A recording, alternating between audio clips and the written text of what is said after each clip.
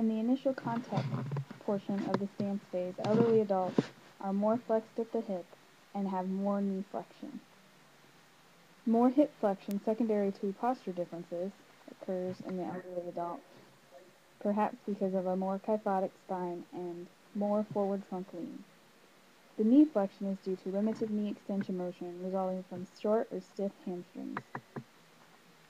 The loading response lasts longer in the elderly adult than the younger adult. It's a reaction and preparatory stage where the walker uses controlled motions to react to recent heel contact and prepares for single leg support. The elderly adult requires slightly longer time during this stage to react and prepare in order to keep his center of gravity within his base of support. In mid-stance, similar to initial contact, the elderly adult does not obtain as much knee extension as the young adult. Also, glute med is activated more and uses more of its maximum capacity in the elderly adult. The lack of full knee extension is due to short and tight hamstrings and weak quads. They also may rely more on the glute med for balance and proprioception impairments. In terminal stance, there is less hip extension due to some glute max and hamstring stiffness, and there's also less dorsiflexion due to gastroc-soleus stiffness.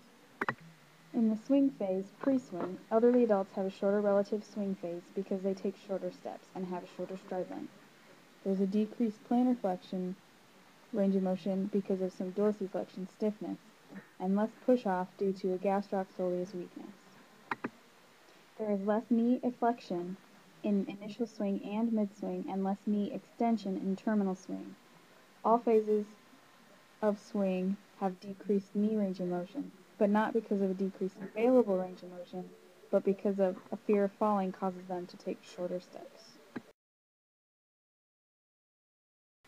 In the flexion momentum phase, elderly adults have less trunk flexion. There's decreased lumbar flexion primarily because the elderly adult already begins in a more flexed position at the hip and trunk.